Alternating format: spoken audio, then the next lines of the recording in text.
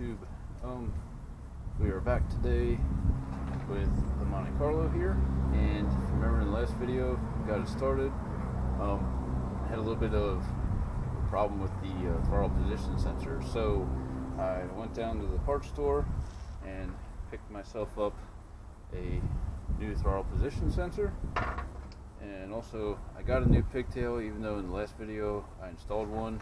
Truth be told, that was, even though it's the same GM style connector, the round plug with the 3 pins in it, it was for a pressure transducer that I got off of eBay like a couple years back. So anyhow, it would probably be fine, but we're going to put the connector that goes with the sensor in the system and hope for the best. So and get to it here, and a little bit of time lapse, and we'll after it's all said and done, we'll get the laptop out, hook it up, go into the holley, and see if everything's working the way it's supposed to. So here we go. You guys ever get yourself into a tight situation where, now, I mean, I could take the throttle body off, but I'm lazy, so. But as you can see, there ain't no way to get a ratchet on there. So what we'll do, get yourself a little 1/4-inch wrench, go right on there like so, and then wrench that puppy out of there. Get this done. Alright guys, one thing I like to do when I do this kind of wiring stuff where it's going to end up being in a loom is stagger my joints, or yeah, my joints. Stagger the connections. That way, when you go to put it back in the loom, you don't have like this big bulky spot in your loom. So it just makes the wiring look a little bit cleaner, a little nicer. So that's what we're going to try to do. And a lot of times I'll use these. These are those heat shrink butt connectors. A lot of guys like to solder stuff, which there's nothing wrong with a good solder joint. I have found though that over time a solder joint, because it's hard and you have something that's, you know, these things shake around a lot, a solder joint can actually crack, and then you end up with a poor connection. So sometimes a good butt connection is actually better than a solder joint, depending on application. But I think what we're going to do on this is we're just going to use some butt connectors on it and hope for the best. I think what I'm going to do is use a non-insulated connector and heat shrink, because it's in a kind of a tight wire loom, so I'm thinking that'll just make it easier to do. So that's what we're going with. Let's see here, make sure you match up all your connections. So now orange is going to be gray. Well, orange on the harness side is going to be gray.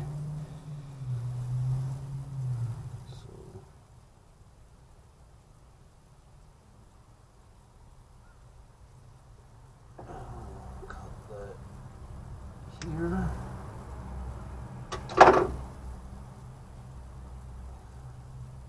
Just double check one more time, make sure I'm right. Orange gray. Don't forget to put your heat shrink on your wire before you crimp it. You know that sucks, and you all done it before, you know that. You all crimped the wire or soldered it just to realize that you didn't put heat shrink on the wire. Don't say you didn't. You did. Saw you.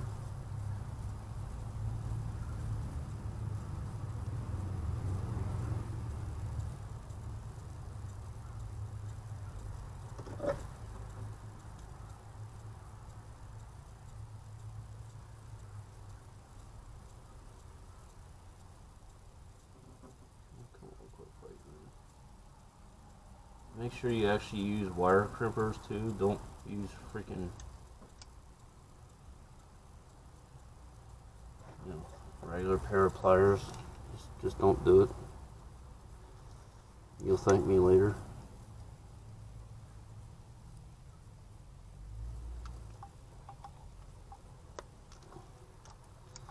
After you crimp it, give it a tug. Make sure it don't move.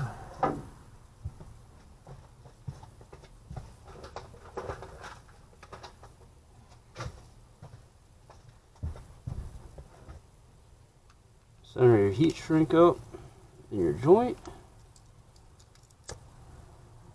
and center down. Wiring is not necessarily difficult, it's just time consuming, and a lot of times people don't have the patience to do it right, like I did the other day. That's terrible. Looks like crap. Don't do it. Which one is green here?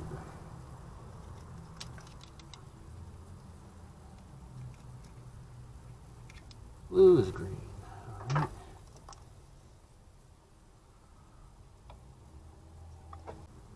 I apologize for the poor lighting. Doing the best I can is what it is. If I had a film studio, I wouldn't have this. So, which one are we going after here? I hook the green one up. Which green on the harness is blue on the connector. In my application, that's not a global universal thing, so don't be like, hey, J-Rod, I wired up my connector and I used the colors you did. My car doesn't work now. Or I burned up my ECU. Figure out what colors go where on your factory connector. And you wire up your new one. That way you know. Use your head. Or at least try to.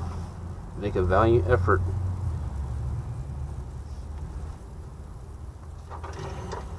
Heat shrink.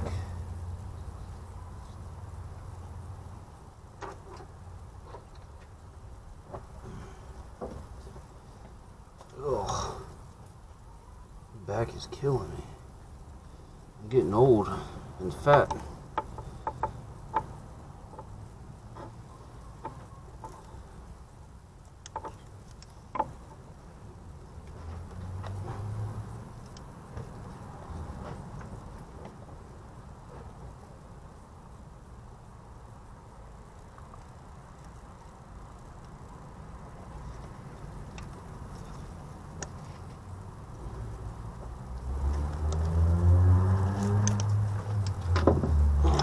Again, give her a good tug. Make sure it's snug is better. I have no idea what I'm saying. I'm not good at rambling. I mean, there's days where I talk to myself.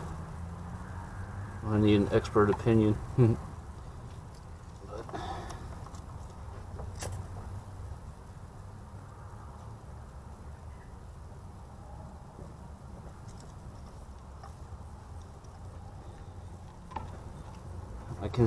Well, if I can get some more subscribers and people are interested, I'd like to make more.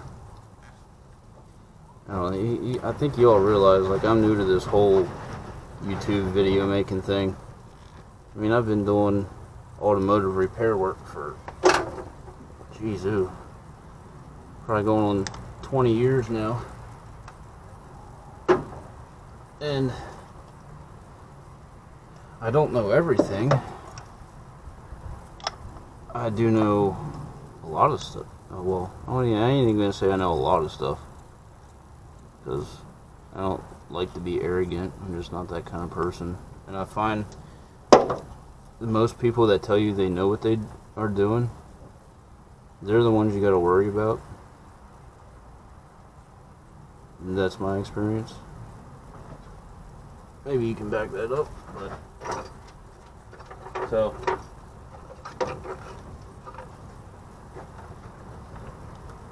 but what the heck was I saying?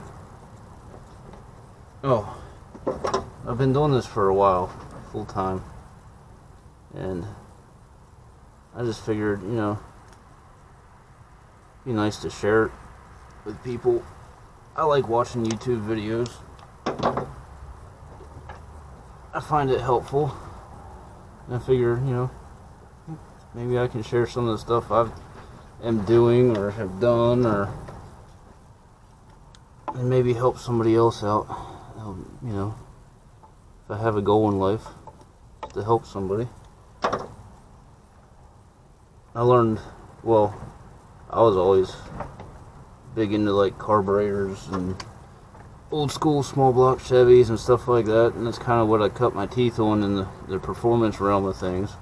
I never had anything that was stupid fast or anything like that.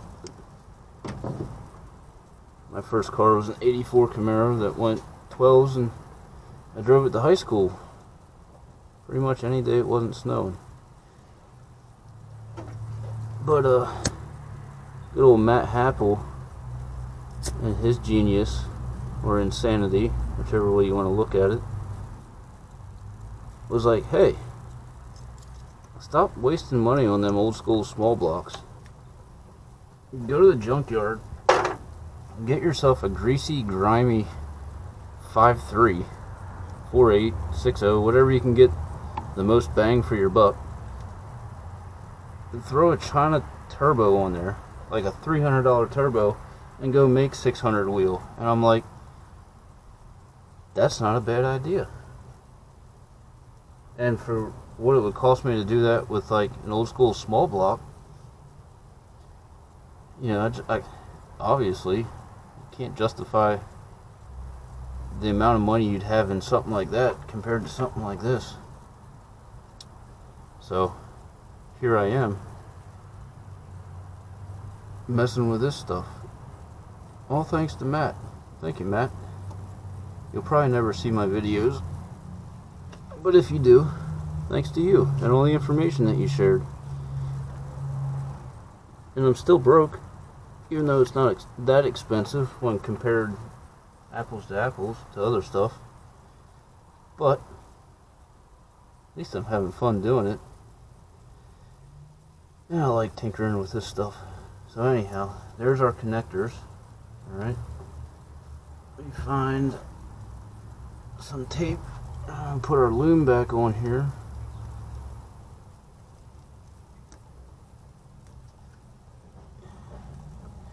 And if you guys don't know, this split braided loom is really nice. You know, the stuff you find on like these holley systems and stuff. You can actually buy it on Amazon pretty cheap, like a 50-foot roll of it.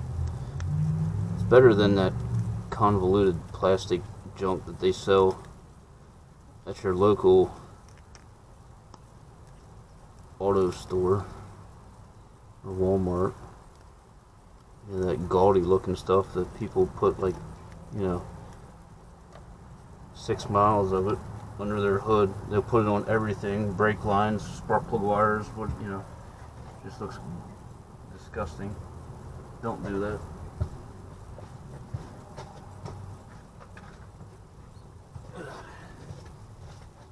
If you take your wire loom, alright, stay back, peel it back from the end here a little bit, take your electrical tape, start at the end where your connector is, alright, wrap it around once or so, give yourself a little tail like that. You see that? and then put your loom over it.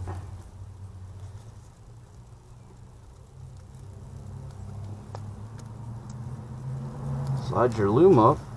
Now you can wrap your tape around your loom, and that'll hold your loom up there around your connector. And it'll look like that. And you can't see, now the loom doesn't slide off of it. Fancy, right? Not really. Alright, as soon as the computer, there it goes.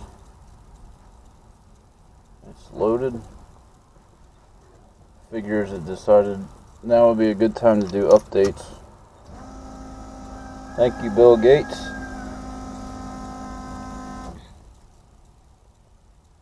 It's still thinking.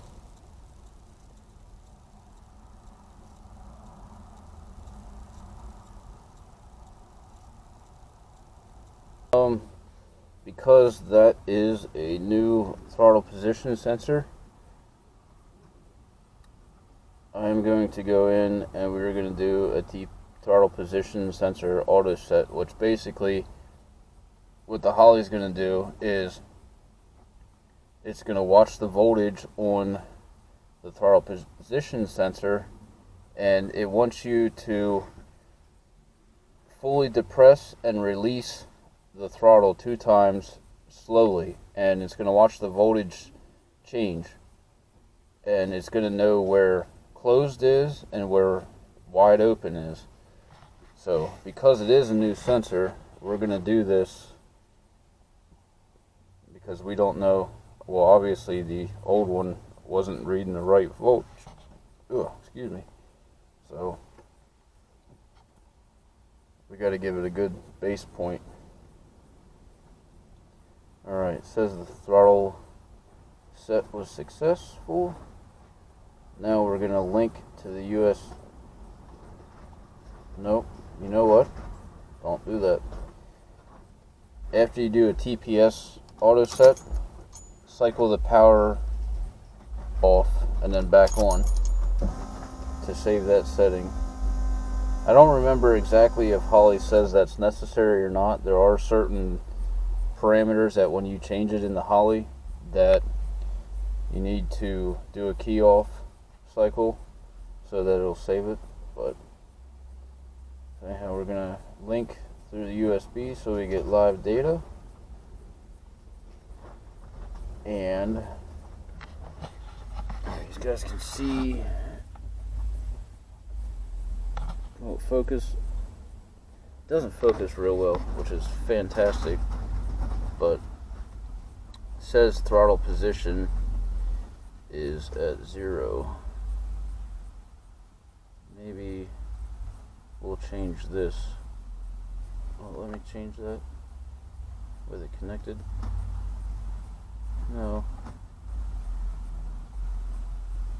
Go offline and go to our gauges.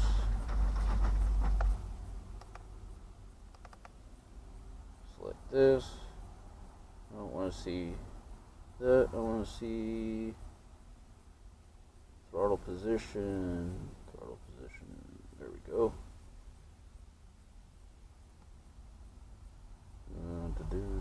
Value format 1, minimum 0, maximum 100%. Okay. Let's go back up to our USB link. Link for live data. Go to our gauges, and there we go. Throttle position. Now, closed, so foot's off the gas. I'm going to start slowly depressing the accelerator. 73%. What's that about? There we go. 100%.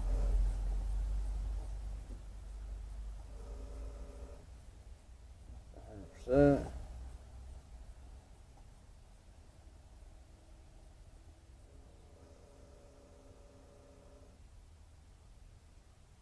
Seems like it's happy.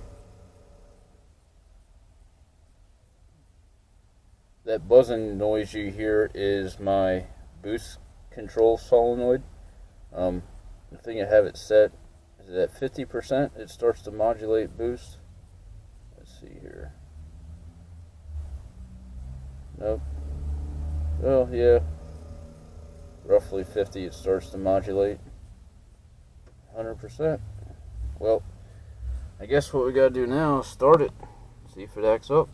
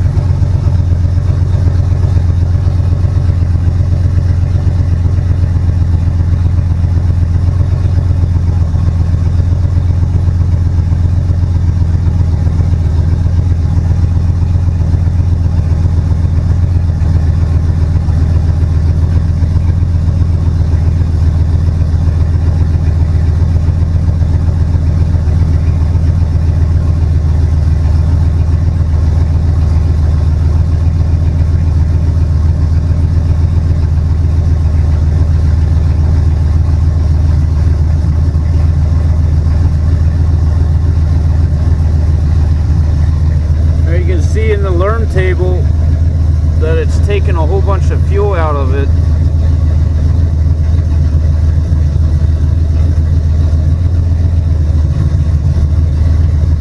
Because it was running excuse me, it was running so rich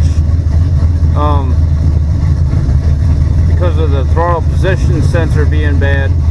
So now I cleared the table.